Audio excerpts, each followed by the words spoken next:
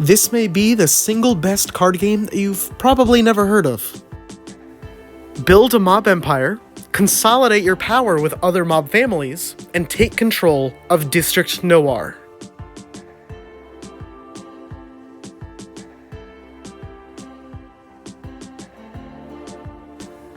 Hey y'all, welcome back to the Board Game Archives. We are so thankful to begin 2025 with the fan favorite here at the Board Game Archives, that being District Noir. As always with our review videos, we're going to separate the video into 3 different topics. First, we're going to give you an overview on how the game plays.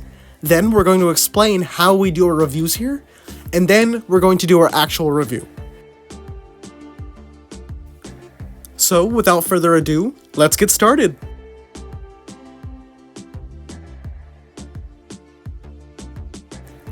District Noir is a card game for 2 players. Both players assume the form of mob bosses, rivaling to try and take control of the district. In order to do so, players must forge alliances with other rival families within the district. Throughout the game, players will have the opportunity to claim these 3 city cards. If you're able to claim all 3 as the game progresses, you win automatically.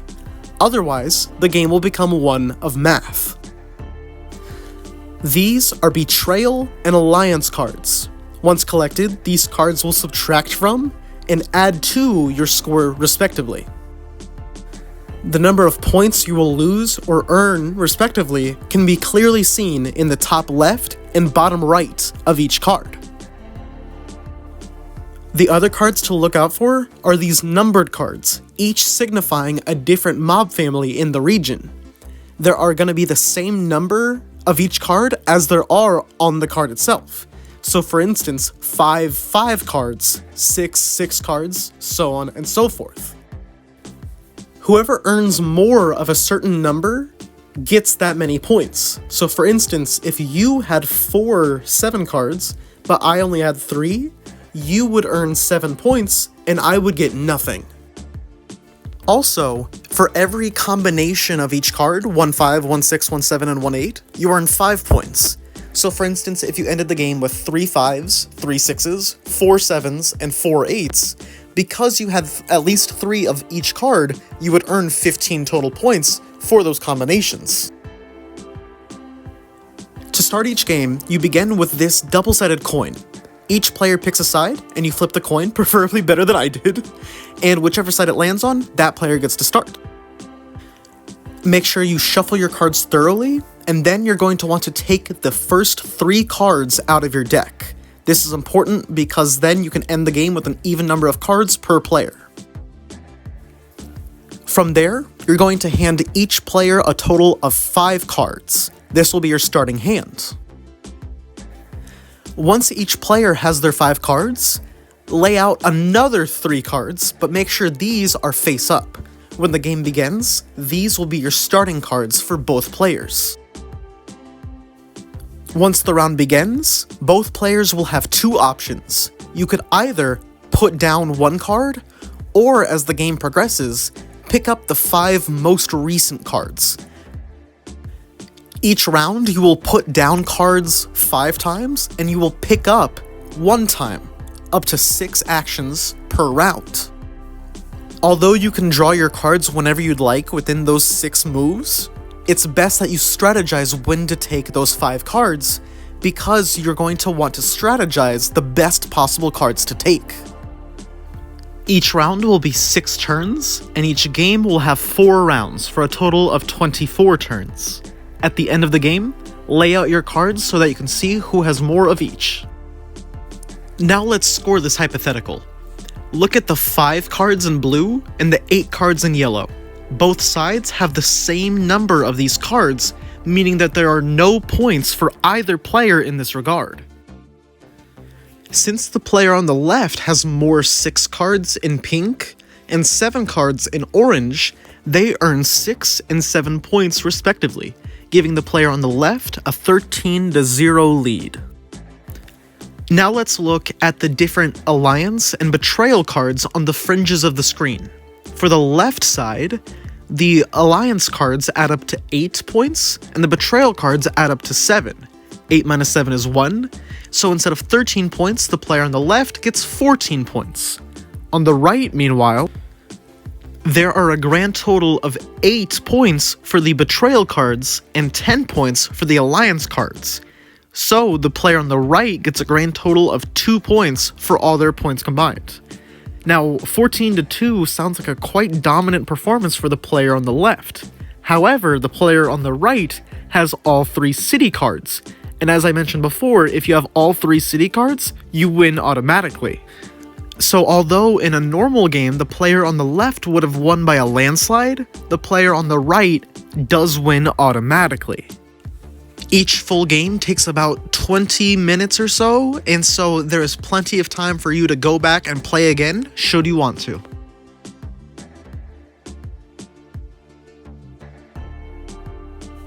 Now that we've covered an overview on how the game plays, we're going to jump into a review formula.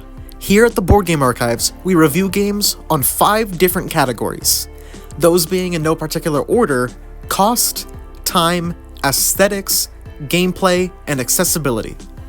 Each topic can earn anywhere between 0 and 5 stars, for a total score of 0 to 25 stars. Games closer to 25 are very good in our opinion, and are among the best, while games closer to 0 stars obviously need some sort of work. So, now that we've explained the gameplay and the review formula, let's finally jump into a review.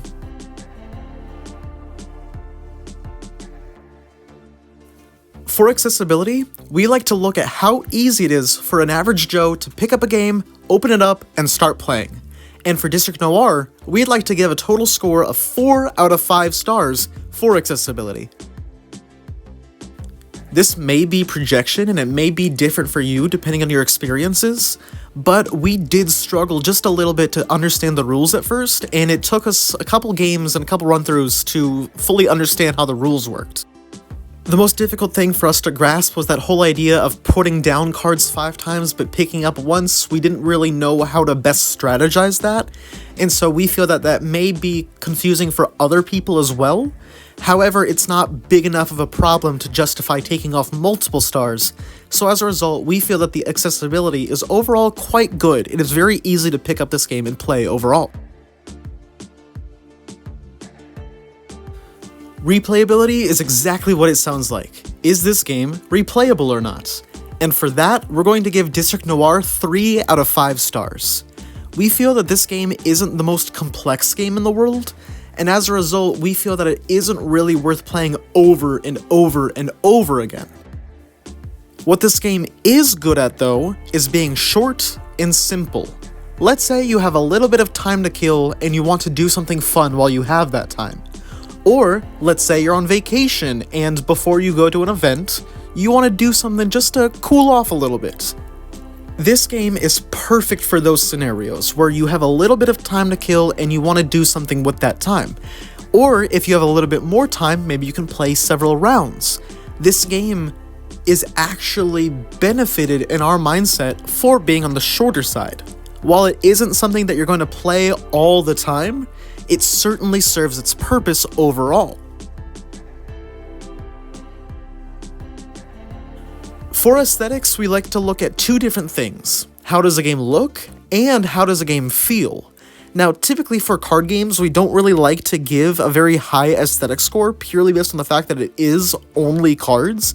However, we do want to make an exception for District Noir. District Noir is gorgeous. The way they handled the artwork is really nice.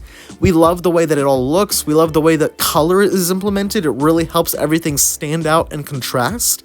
And the card quality is very nice. They feel very sturdy, and the little coin that comes with the game does feel like it's made of maybe wood or hard plastic or something of the sort, but it feels like the game will last long. Now, we're not going to give it a perfect score purely because it's only a card game, but we do want to reward the fact that the artwork looks phenomenal. So we'd like to give this game 4 out of 5 stars for aesthetics.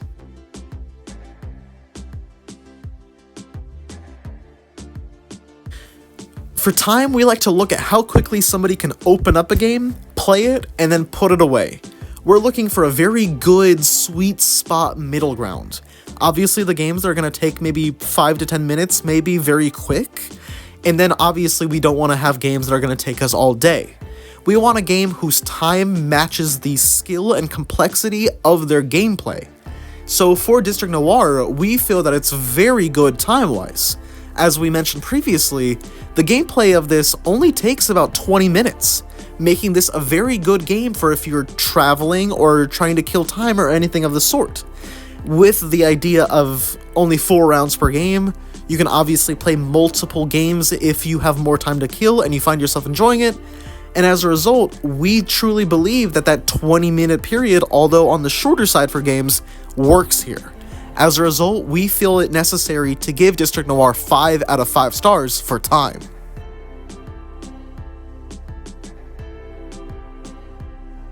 Finally, cost is just as it suggests. Is a game worthwhile enough, and does it provide enough to warrant its price tag?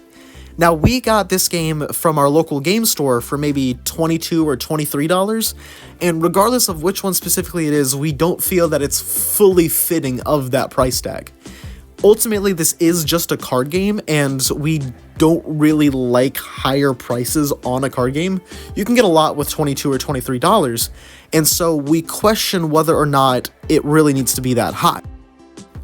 We've seen other games be sold for about the same price tag and offer a lot more, plus considering that District Noir is only a card game, we would recommend this game be shortened down to maybe $17 to $19. A lot more affordable for people who may be living paycheck to paycheck or don't really want to break the bank for a card game, and at the same time, hopefully profitable for the people involved in this game's creation. We feel, therefore, that District Noir deserves 4 out of 5 stars for cost. Definitely on the cheaper side, however, it could be just a little bit cheaper in our opinion.